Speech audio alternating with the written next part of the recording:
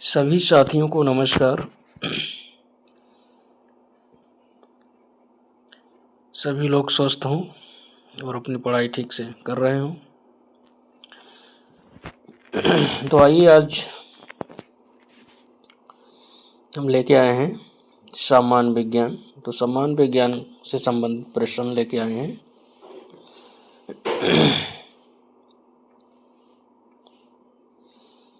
तो आइए देखते हैं पहला प्रश्न।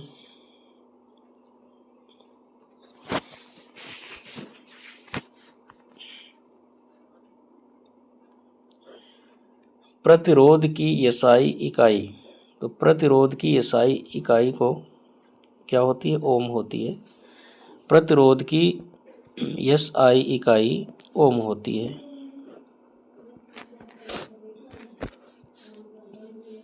अगला देखिए, ज्योति तीव्रता को एक इकाई में व्यक्त किया जाता है जिसका नाम कैंडेला है। तो ज्योति तीव्रता को एक इकाई में व्यक्त किया जाता है जिसका नाम कैंडेला है। अगला देखिए,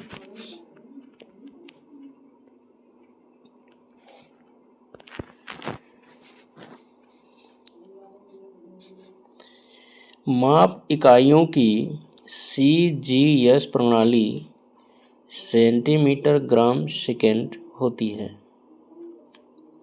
तो माप इकाइयों की सीजीएस प्रणाली सेंटीमीटर ग्राम सेकेंड होती है। अगर इसी को एफपीएस प्रणाली कहें तो फुट पाउंड सेकंड हो जाएगा। अगर इसी को एमकेएस प्रणाली कहें तो मीटर किलोग्राम सेकंड हो जाएगा। अगला देखिए, प्रतिबल की एसआई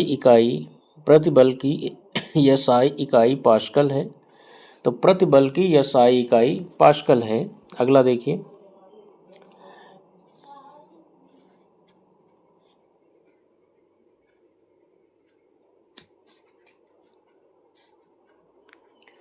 कैलोरीमीटर यंत्र जो है, कैलोरीमीटर यंत्र का उपयोग अवशोषित या विकसित ऊष्मा को मापने के लिए किया जाता है। तो जो कैलोरीमीटर जो यंत्र होता है, इसका उपयोग अवशोषित या विकसित ऊष्मा को मापने के लिए किया जाता है। अगला देखिए,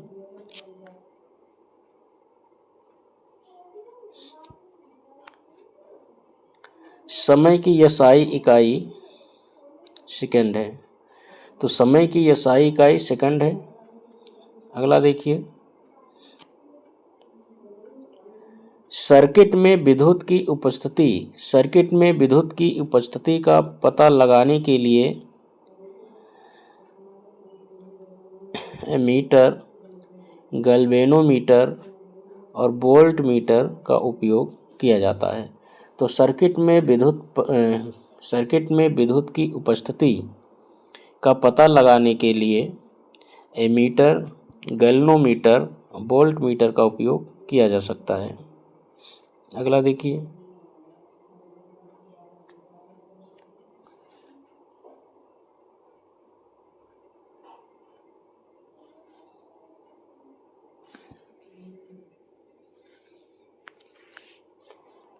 तो अगला देखिए 8 नंबर का, न्यूटन सेकेंड प्रति मीटर वर्ग एक गतिशील संयंत्र की एसआई इकाई है। तो न्यूटन सेकेंड प्रति वर्ग मीटर गतिशील संयंत्र की एसआई इकाई है। अगला देखिए,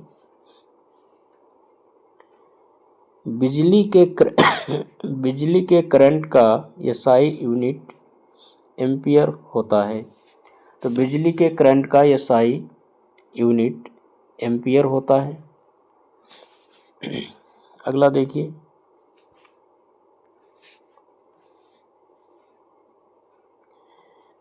आयत की एसआई इकाई घन मीटर होता है। तो आयत की एसआई इकाई घन मीटर होता है। अगला देखिए,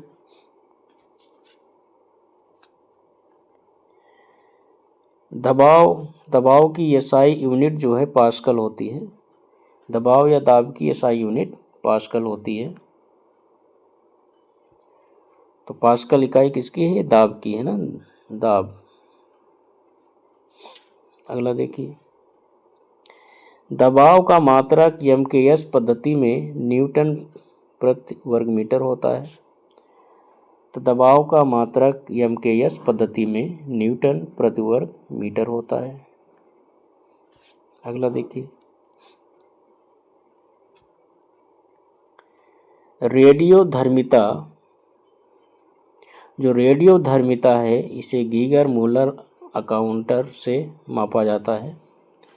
तो रेडियोधर्मिता को गीगर मूलर अकाउंटर से नापी जाती है। अगला देखिए, 1 वोल्ट 1 जूल प्रति कूलाम के बराबर होता है।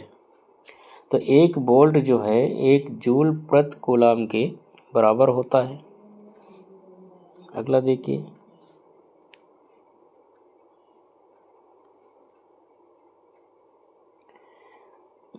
पराध्वनिक गति का मापन मैक इकाई से होता है। तो पराध्वनिक गति का मापन जो है मैक इकाई से होता है। अगला देखिए,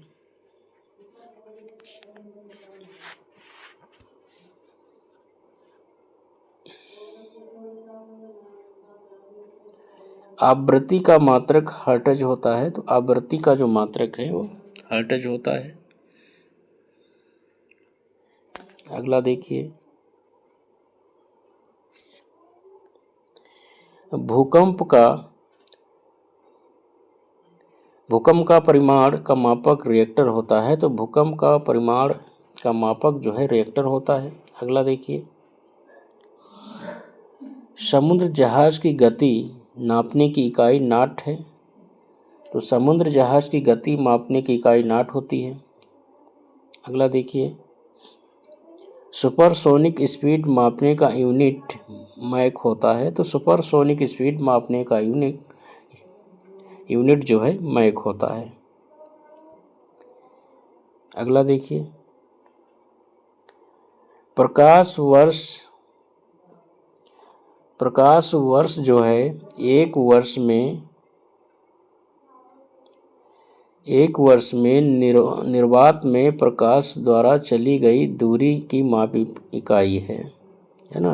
तो प्रकाश वर्ष क्या है? एक वर्ष में निर्वात में प्रकाश द्वारा चली गई दूरी की मापन इकाई है।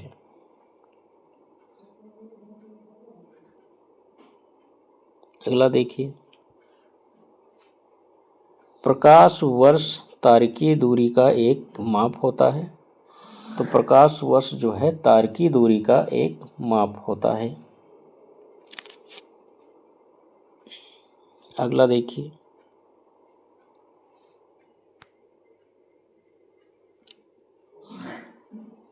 सागर की गहराई को मापने के लिए फेदोमीटर उपकरण का इस्तेमाल किया जाता है।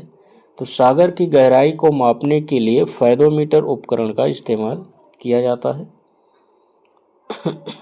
अगला देखिए,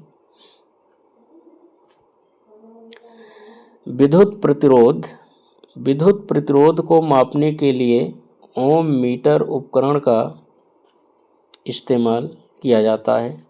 तो विद्युत प्रतिरोध को मापने के लिए ओम मीटर उपकरण का इस्तेमाल किया जाता है। अगला देखिए, भूकंप को रिकॉर्ड करने के लिए सिस्मोग्राफ उपकरण का इस्तेमाल किया जाता है। तो भूकंप को रिकॉर्ड करने के लिए सिस्मोग्राफ उपकरण का इस्तेमाल किया जाता है। अगला देखिए,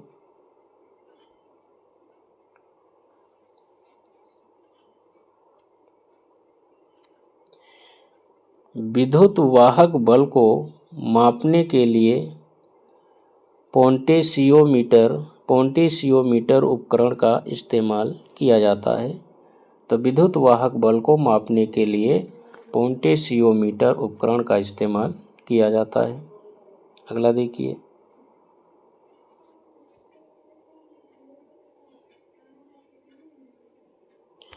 तो बार जो है वायुमंडलीय दाब की इकाई है। तो बार किसकी इकाई है? वायुमंडलीय दाब की इकाई है। अगला देखिए,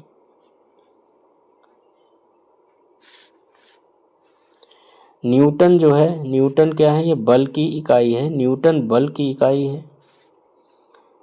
बार वायुमंडलीय दाब की इकाई है, न्यूटन बल की इकाई है। अगला देखिए,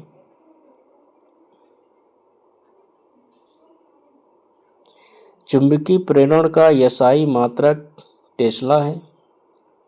तो चुंबकीय प्रेरण का एसआई मात्रक टेस्ला है। अगला देखिए,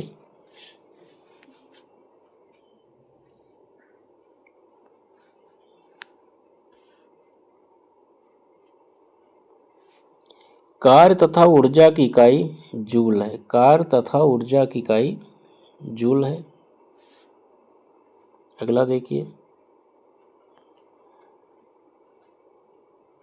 आर्द्रता हाइग्रोमीटर से मापी जाती है। जो आर्द्रता होती है उसे हाइग्रोमीटर से मापा जाता है। अगला देखिए, एक हार्स पावर जो है 746 वाट के बराबर होता है। तो एक हार्स पावर जो है 746 वाट के बराबर होता है। अगला देखिए,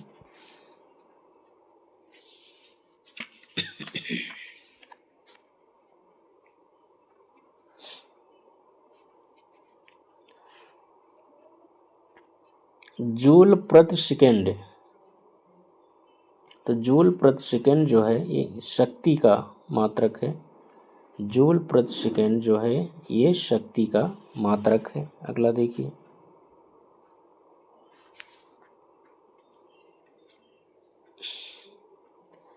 1 वाट घंटा 3600 जूल बराबर होता है। तो 1 वाट घंटा जो है 3600 जूल बराबर होता है। अगला देखिए,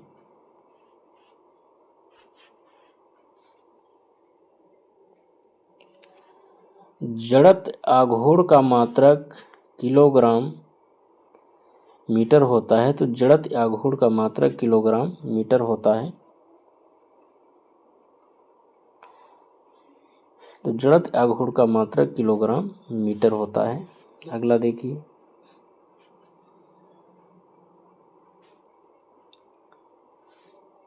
शरीर द्रव्यमान सूचकांक बॉडी मास इंडेक्स की गणना वजन किलोग्राम ऊंचाई मीटर में की जाती है। तो शरीर द्रव्यमान सूचकांक बॉडी मास इंडेक्स की गणना जो है वजन किलोग्राम प्रति ऊंचाई मीटर में की जाती है। अगला देखिए,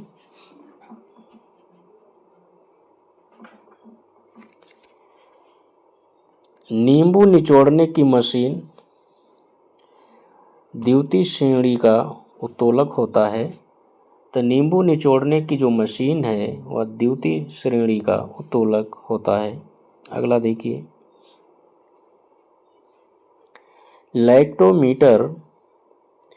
लैक्टोमीटर आर्किमिडीज का सिद्धांत या नियम पर कार्य करता है। तो जो लैक्टोमीटर होता है वो आर्किमिडीज का सिद्धांत या नियम पर कार्य करता है। अगला देखिए, किसी वस्तु का भार उस समय न्यूनतम होता है।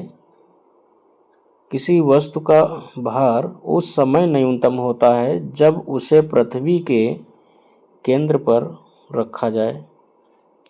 तो किसी वस्तु का भार उस समय न्यूनतम होता है जब उसे पृथ्वी के केंद्र पर रखा जाए। अगला देखिए,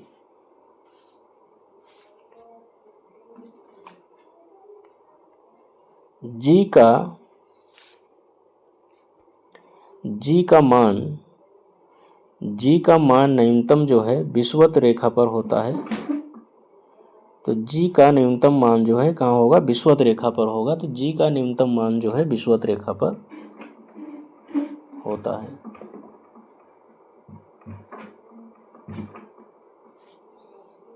अगला देखिए, यदि यम द्रव्यमान का एक प्रोटॉन प्रकाश के वेग के साथ गति कर रहा है तो इसका द्रव्यमान असीमित होगा। यदि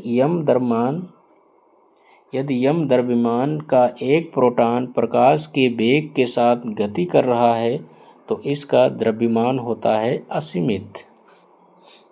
अगला देखिए, डायनमो ऊर्जा परिवर्तित करता है यांत्रिक को विद्युत में। तो डायनमो जो है ऊर्जा परिवर्तित करता है यांत्रिक को विद्युत में। अगला देखिए, यांत्रिक ऊर्जा को विद्युत ऊर्जा में रूपांतरित करने के लिए डायनमो का प्रयोग किया जाता है। तो यांत्रिक ऊर्जा को विद्युत ऊर्जा में रूपांतरित करने के लिए डायनमो का प्रयोग किया जाता है। अगला देखिए,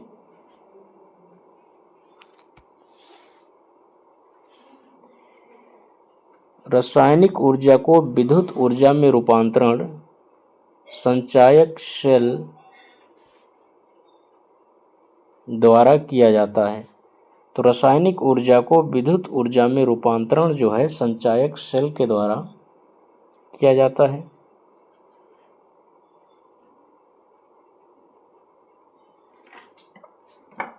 अगला देखिए,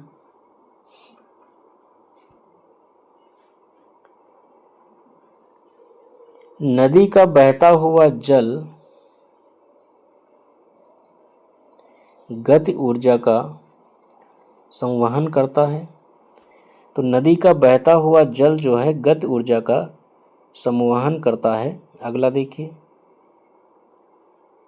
इलेक्ट्रिक मोटर उपकरण विद्युत ऊर्जा को यांत्रिक ऊर्जा में परिवर्तित करता है। तो इलेक्ट्रिक मोटर उपकरण जो है ये विद्युत ऊर्जा को यांत्रिक ऊर्जा में परिवर्तित करता है। अगला देखिए,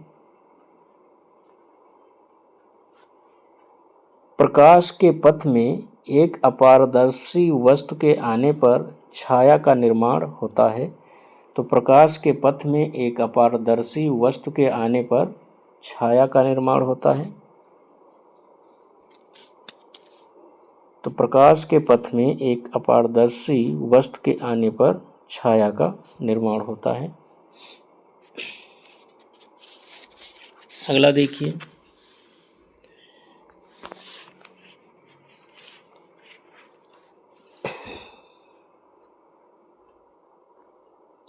प्रकाशिकीय सूक्ष्मदर्शी या लाइट माइक्रोस्कोपी। प्रकाशिकीय सूक्ष्मदर्शी से लाइट माइक्रोस्कोपी में सूक्ष्मदर्शी की विभक्त शक्ति बढ़ाने के लिए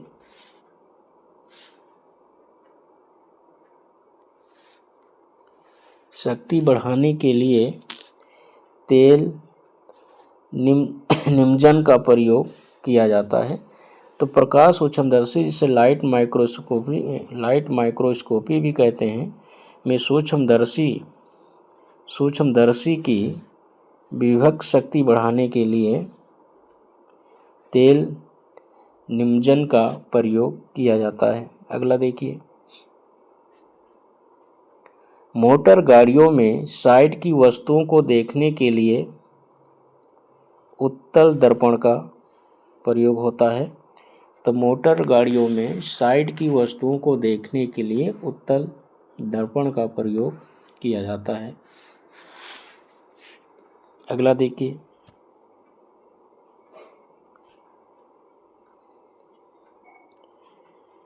प्राथमिक रंग लाल, हरा, नीला होता है। जो प्राथमिक रंग है वो लाल, हरा और नीला होता है। अगला देखिए,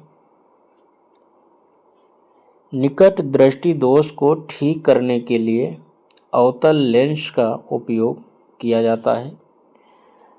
तो निकट दृष्टि दोष को ठीक करने के लिए अवतल लेंस का उपयोग किया जाता है। अगला देखिए, दृष्टि का स्थायित्व दृष्टि दोष नहीं होता है। दृष्टि का स्थायित्व जो है दृष्टि दोष नहीं होता है। अगला देखिए, निकट दृष्टि दोष दूर की वस्तुओं का न दिखने से संबंधित होता है। तो निकट दृष्टि दोष जो है दूर की वस्तुओं को न दिखने से संबंधित होता है। अगला देखिए, मायोपिया को निकट दृष्टि दोष के रूप में जाना जाता है। तो मायोपिया को निकट दृष्टि दोष के रूप में जाना जाता है। अगला देखिए, इसमें कोई फर्क नहीं पड़ता कि आप दर्पण से कितनी दूरी पर खड़े हैं, आपका प्रतिबिंब सीधा दिखाई पड़ता है। यह समतल या उत्तल दर्पण हो सकता है। तो इसमें कोई फर्क नहीं पड़ता है कि आप दर्पण से कितनी दूरी पर खड़े हैं, आपका प्रतिबिंब सीधा दिखाई पड़ता है। यह समतल या उत्तल दर्पण हो सकता है। तो आपका प्रतिबिंब जो सीधा दिखाई पड़ेगा तो ये समतल दर्पण या फिर उत्तल दर्पण होगा, जिसमें जो आपका प्रतिबिंब जो है वो सीधा खड़ा दिखाई पड़ता है। अगला देखिए, अवतल प्रकार के लेंस का उपयोग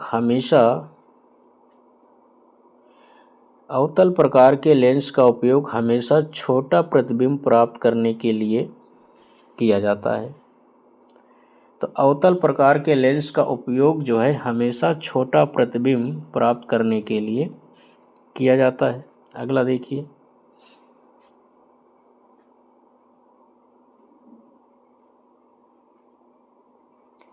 रेटिना पर नेत्र द्वारा निर्मित प्रतिबिंब वास्तविक, उल्टा और छोटा होता है।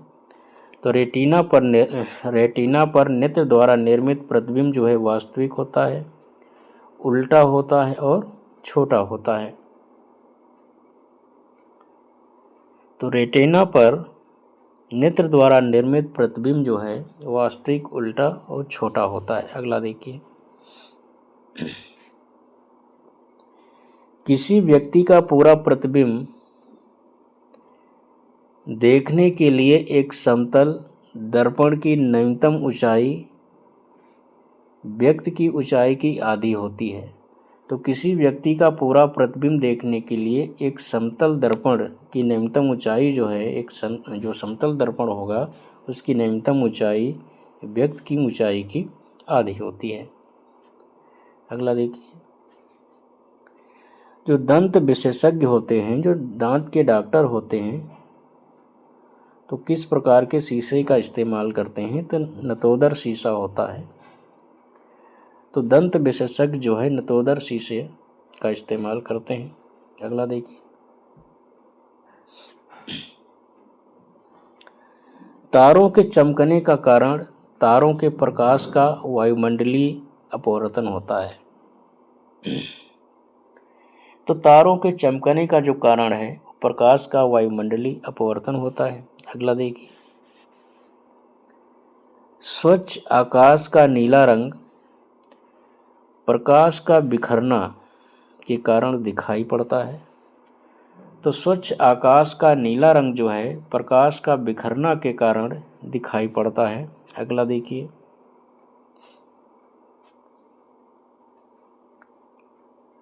समुद्र जल के नीला रंग होने का कारण पानी द्वारा रोशनी का छितराव है। तो समुद्र जल के नीला रंग होने का कारण पानी द्वारा रोशनी का छितराव है। तो पानी द्वारा रोशनी का छितराव, इसके वजह से समुद्र का जल जो है नीला दिखाई पड़ता है। अगला देखिए,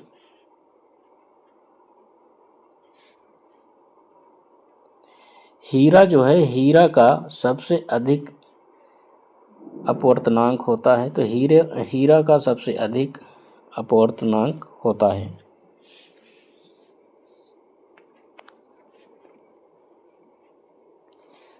तो हीरे का सबसे अधिक अपवर्तनांक होता है और सबसे कम जो है तो वायु का अपवर्तनांक जो है सबसे कम होता है। ठीक है, अगला देखिए। लाल गुलाब को जब एक नीले फिल्टर में देखा जाता है तब यह कैसा दिखाई पड़ेगा? काला दिखाई पड़ता है। तो लाल गुलाब को जब एक नीले फिल्टर से देखा जाता है तब यह काला दिखाई पड़ता है। अगला देखिए। सूर्य के प्रकाश को पृथ्वी तक पहुंचने में 8 मिनट 20 सेकंड का समय लगता है। तो सूर्य के प्रकाश को पृथ्वी तक पहुंचने में 8 मिनट 20 सेकंड का समय लगता है।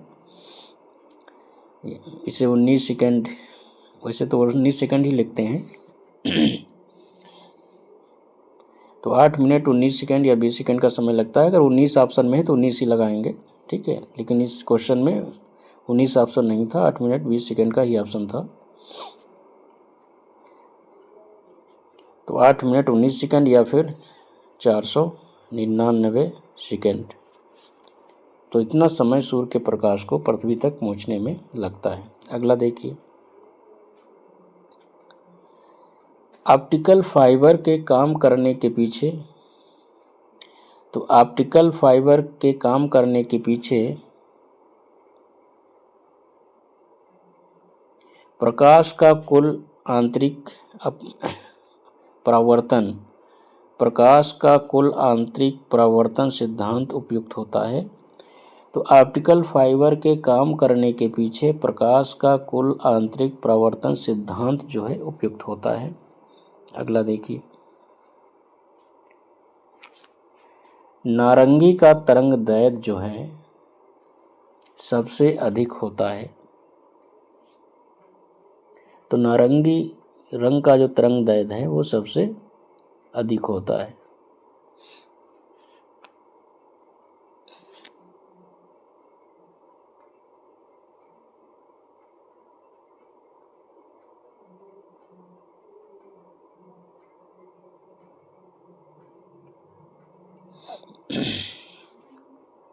तो नारंगी रंग का तरंग दैर्घ्य सबसे अधिक होता है। लेकिन अगर लाल रंग ऑप्शन में है, अगर लाल रंग ऑप्शन में है तो फिर लाल लगाएंगे, क्योंकि लाल रंग का जो तरंग दैर्घ्य है ये सर्वाधिक होता है। लाल रंग का तरंग दैर्घ्य सर्वाधिक होता है, लेकिन नारंगी रंग जो है ये दूसरे नंबर पे आता है। नारंगी रंग जो है इसका दूसरे नंबर पे सबसे अधिक आता है। लेकिन क्वेश्चन के ऑप्शन में जो है लाल रंग नहीं था, नारंगी था, तो इसीलिए सबसे अधिक जो है उसमें नारंगी को लिया गया है। तो लाल के बाद दूसरे नंबर पर नारंगी का जो सबसे अधिक आता है। वैसे तो लाल रंग का तरंग दैर्घ्य जो है सबसे अधिक होता है। ठीक है, ये बात ध्यान रखना है। अगला देखिए।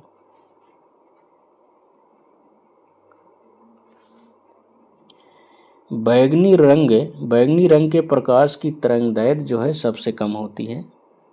तो बैगनी रंग के प्रकाश की तरंग दैर्घ्य सबसे कम होती है। तो बैगनी रंग के प्रकाश की तरंग दैर्घ्य सबसे कम होती है और लाल रंग की प्रकाश की तरंग दैर्घ्य सबसे अधिक होती है। लाल रंग के प्रकाश की तरंग दैर्घ्य सबसे अधिक होती है। अगला देखिए।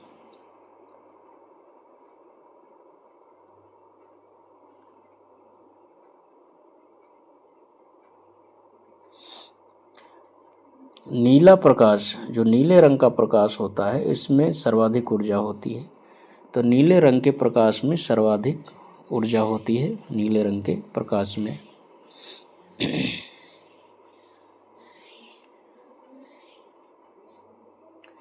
तो नीले रंग के प्रकाश में सर्वाधिक ऊर्जा होती है और सर्वाधिक तरंग दैर्घ्य लाल रंग में होती है, सबसे कम बैगनी रंग में होती है। ठीक है, अगला देखिए। प्रकाश का लाल रंग शून्य या वायु के अतिरिक्त एक माध्यम में सबसे तेज गमन करता है। तो प्रकाश का जो लाल रंग है या शून्य या वायु के अतिरिक्त एक माध्यम में सबसे तेज गमन करता है। तो प्रकाश का लाल रंग जो है शून्य या वायु के अतिरिक्त जो है एक माध्यम में सबसे तेज गमन करेगा। अगला देखिए, इंद्रधनुष 70 नंबर का। तो इंद्रधनुष के 7 रंग होते हैं। जो इंद्रधनुष होता है तो इंद्रधनुष के 7 रंग होते हैं। बैगनी होता है, जामुनी होता है, नीला होता है, हरा होता है, पीला होता है, नारंगी होता है और लाल होता है। तो इस प्रकार से बैगनी, जामुनी, नीला, हरा, पीला, नारंगी, लाल, तो इस प्रकार से इंद्रधनुष के 7 रंग होते हैं। इन्हें याद रखना है। पेट में पूछा गया क्वेश्चन है कि इंद्रधनुष के 7 रंगों में कौन सा रंग नहीं है, इस प्रकार से पूछा गया था। तो आपको ये रंग पता होना चाहिए। बैगनी होता है, जामुनी होता है, नीला होता है, हरा होता है, पीला होता है, नारंगी होता है, लाल होता है।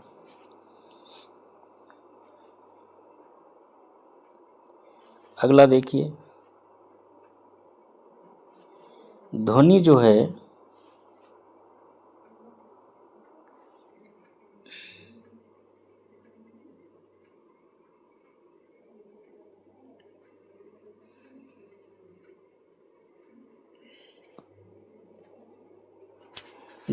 है वह निर्वात माध्यम में यात्रा नहीं करती है। जो ध्वनि होती है वह निर्वात माध्यम से यात्रा नहीं कर सकती है। ठीक है।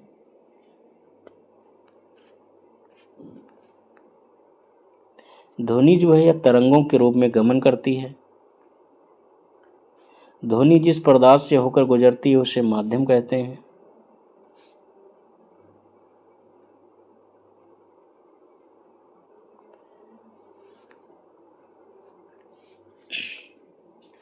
तो ध्वनि जो है निर्वात के माध्यम से यात्रा नहीं करती है ना।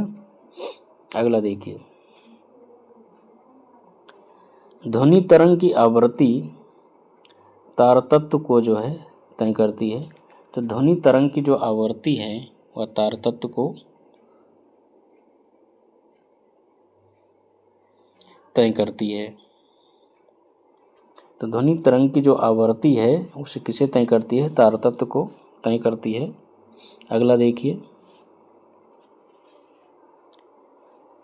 डेसिबल से संगीत यंत्र की ध्वनि तीव्रता मापी जाती है। डेसिबल से ध्वनि की तीव्रता मापी जाती है। अगला देखिए,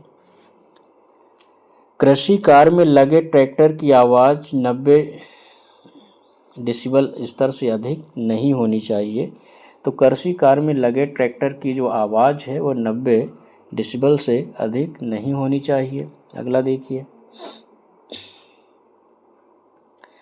दीवार से एक प्रतिध्वनि सुनने के लिए न्यूनतम दूरी 17.2 मीटर होती है। तो दीवार से एक प्रतिध्वनि सुनने के लिए न्यूनतम दूरी 17.2 मीटर होती है। अगला देखिए, वायु में स्रोत और परावर्तक के बीच लगभग न्यूनतम दूरी 17.2 मीटर होनी चाहिए ताकि प्रतिध्वनि को सुना जा सके। तो वायु में स्रोत और परावर्तक के बीच लगभग न्यूनतम दूरी 17.2 मीटर होनी चाहिए जिससे कि प्रतिध्वनि को सुना जा सके। अगला देखिए,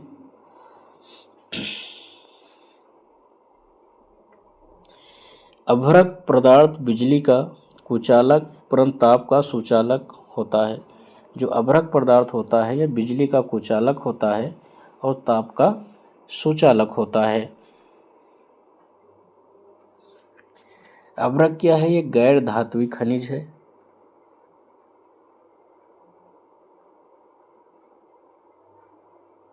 अभ्रक इसका प्रयोग जो है विद्युत उद्योगों में किया जाता है। तो अभ्रक जो है इसमें विद्युत रोधन की क्षमता अधिक होती है। अभ्रक में विद्युत को रोकने की क्षमता अधिक होती है।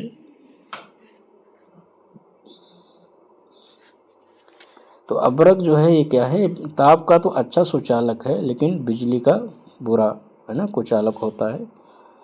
अगला देखिए, समुद्र जल जो है सभी जलों में विद्युत का सर्वोत्तम चालक होता है। तो जो समुद्र जल है ये जो है सभी जलों में विद्युत का सर्वोत्तम चालक होता है, क्योंकि समुद्र में विभिन्न प्रकार के लवण घुले रहते हैं जो विद्युत प्रवाहित करने का कार्य करते हैं। अगला देखिए, कार्बन का वह अपरूप जो विद्युत व ऊष्मा का सुचालक है तथा ग्रेफाइट का उत्तम लुब्रिकेंट है।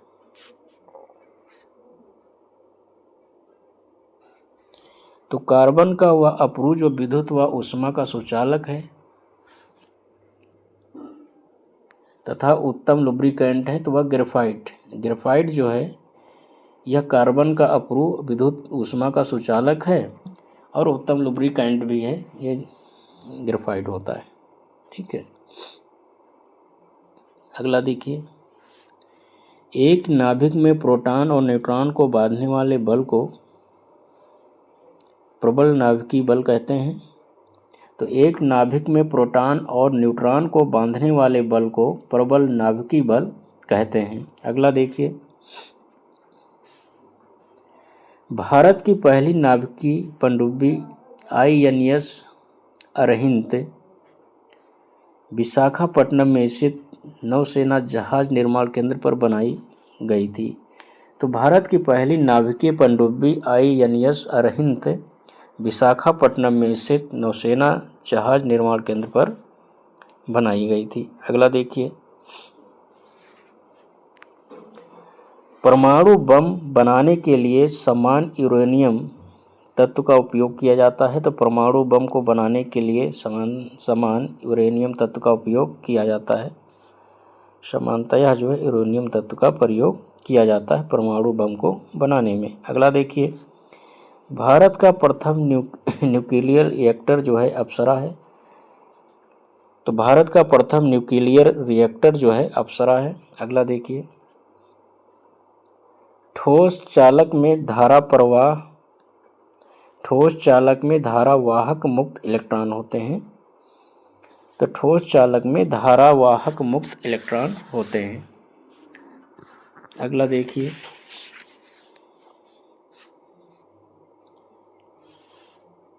बिजली का प्रवाह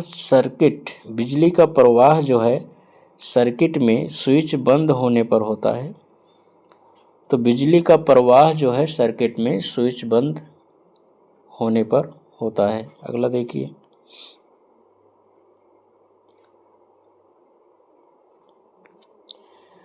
परिगणा मित्र। तो परिगणा मित्र जो है ट्रांसफार्मर को कहते हैं। जो ट्रांसफार्मर होता है इसे परिगणा मित्र कहते हैं।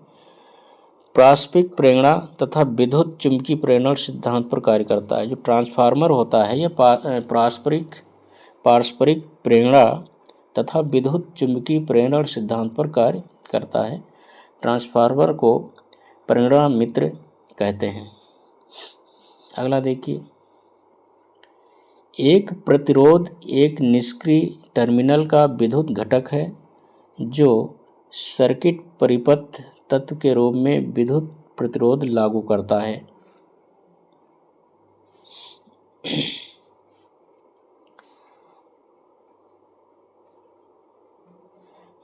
एक प्रतिरोध एक निष्क्रिय टर्मिनल का विद्युत घटक है जो सर्किट परिपथ तत्व के रूप में विद्युत प्रतिरोध को लागू करता है। वो क्या होता है? प्रतिरोध होता है। अगला देखिए, स्विच क्या है? स्विच जो है एक साधारण उपकरण है जिसका उपयोग इलेक्ट्रिक सर्किट को वियोजित करने या इसे पूरा करने के लिए किया जाता है।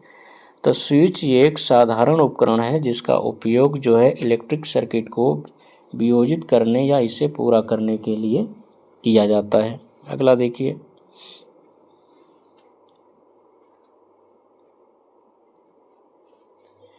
आवेशित की गई एक वस्तु द्वारा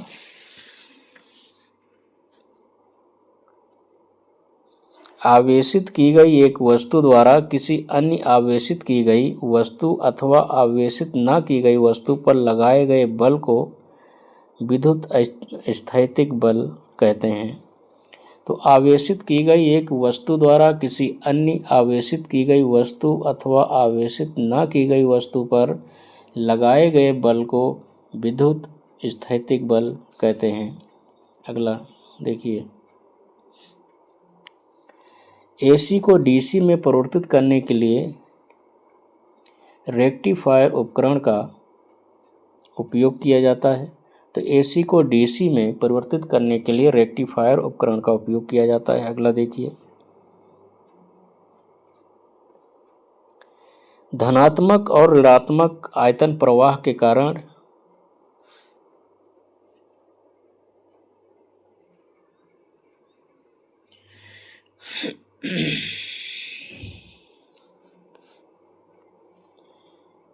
धनात्मक और ऋणात्मक जो है आयतन प्रवाह के कारण, धनात्मक और ऋणात्मक आयतन प्रवाह के कारण एक इलेक्ट्रोलाइट के द्वारा इलेक्ट्रिक करंट प्राप्त करती है। तो धनात्मक और ऋणात्मक आयतन प्रवाह के कारण एक इलेक्ट्रोलाइट के द्वारा इलेक्ट्रिक करंट प्राप्त किया जाता है। अगला देखिए, फ्लोरोसेंट ट्यूब और CFL, फ्लोरोसेंट ट्यूब और CFL में पारा धातु का वाष्प होता है जो प्रकृति में विषैला होता है। तो फ्लोरोसेंट जो ट्यूब है और CFL जो होती है इसमें पारा धातु का वाष्प होता है जो प्रकृति में विषैली होती हैं। अगला देखिए,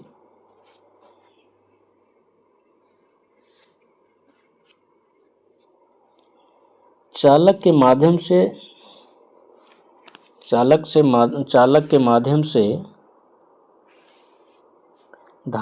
प्रवाहित धारा जो है, चालक के माध्यम से प्रवाहित धारा विभवांतर के प्रत्यक्ष अनुपातिक होती है। तो चालक के माध्यम से प्रवाहित धारा विभवांतर के प्रत्यक्ष अनुपातिक होती है। अगला देखिए, किसी चालक का प्रतिरोध जो है चालक की आर्द्रता पर निर्भर नहीं करता है। तो किसी चालक का प्रतिरोध जो है चालक की आर्द्रता पर निर्भर नहीं करेगा। अगला देखिए, किसी चालक का प्रतिरोध जो है उसकी लंबाई, मोटाई और पदार्थ पर निर्भर करता है। तो किसी चालक का प्रतिरोध जो है लंबाई, मोटाई एवं पदार्थ पर निर्भर करेगा, न कि चालक की आर्द्रता पर। अगला देखिए, रेडियो तरंगों में विद्युत चुम्बकीय विकिरण में सबसे लंबे तरंग दैर्घ्य होते हैं। तो जो रेडियो तरंगें होती हैं, तो रेडियो तरंगों में विद्युत चुम्बकीय विकिरण में सबसे लंबे तरंग दैर्घ्य होते हैं। अगला देखिए, तारों का जो रंग है उसके ताप पर निर्भर करता है। तो तारों का रंग उसके ताप पर निर्भर करेगा। अगला देखिए, FM प्रसारण बैंड VHF रेंज के बीच होता है। तो FM प्रसारण बैंड जो है VHF रेंज के बीच होता है। अगला देखिए,